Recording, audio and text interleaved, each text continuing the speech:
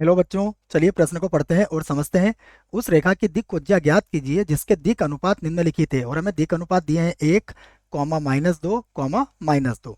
प्रश्न को हल करने से पहले प्रश्न के लिए मुख्य अवधारणा हम लिख लेते हैं। तो प्रश्न के लिए मुख्य अवधारणा जिसकी सहायता से इस प्रश्न को हम हल करेंगे। मुख्य अवधारणा में हम दिक् कोज्या और दिक् अनुपात में जो संबंध होता है उसे लिखेंगे। हम जानते हैं एल बराबर +-a बटा अंडर रूट होता है a का वर्ग प्लस b का वर्ग प्लस c का वर्ग। उसके बाद m बराबर होगा +-b वर्गमूल के अंदर होगा a का वर्ग प्लस b का वर्ग और प्लस c का वर्ग। ये m का मान हुआ। और यदि हमें n का मान निकालना है तो n बराबर होता है +-c और वर्गमूल के अंदर होगा a का वर्ग प्लस b का वर्ग और प्लस c का वर्ग। यहाँ पे ध्यान दें, एल एम एन दिक् कोज्याएं होती है और ए बी सी दिक् अनुपात होते हैं। तो हमें दिक् अनुपात दिए गए हैं, इन्हीं को हम इस प्रश्न में लिख लेते हैं। तो हमें जो दिया है उसकी बात करते हैं। दिया है दिक् अनुपात दिए हुए हमें, अर्थात a का मान कितना दिया है 1, b का मान दिया हुआ है -2 और c का मान भी दिया हुआ है -2।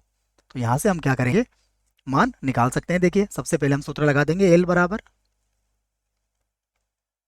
प्लस माइनस क्या है a बटा वर्गमूल के अंदर कितना आएगा a का वर्ग प्लस b का वर्ग और प्लस c का वर्ग। तो देखिए यह बन जाएगा +-1 और उसके बाद वर्गमूल के अंदर ये होगा 1 का वर्ग, -2 का वर्ग 4 लिख दूंगा मैं सीधे ही। यहाँ भी -2 का वर्ग सीधे ही मैं +4 लिख सकता हूँ। तो ये हो जाएगा +-1 और देखिए 9 का वर्गमूल कितना होगा 3। अब हम m का मान ज्ञात कर लेते हैं। तो m बराबर सूत्र बनेगा +-b बटे में होगा a का वर्ग प्लस b का वर्ग प्लस c का वर्ग। प्लस माइनस देखिए b का मान कितना है, b का मान है -2। फिर वर्गमूल के अंदर की बात करें तो 1 का वर्ग 1 होगा, -2 का वर्ग 4 होगा, -2 का वर्ग फिर से 4 होगा। तो अब हम इसे लिख सकते हैं -+2 और बटे में आ जाएगा 3। n का मान भी लिख लेते हैं। n का मान क्या होगा +-c और बटे में होगा वर्गमूल के अंदर a का वर्ग प्लस b का वर्ग और प्लस c का वर्ग।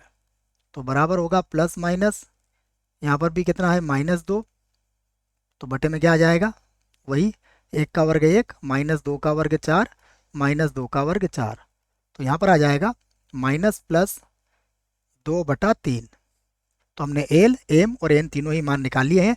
यही हमारे प्रश्न के उत्तर होंगे। आशा करता हूँ आपको इस प्रश्न का उत्तर समझ में आया होगा। धन्यवाद।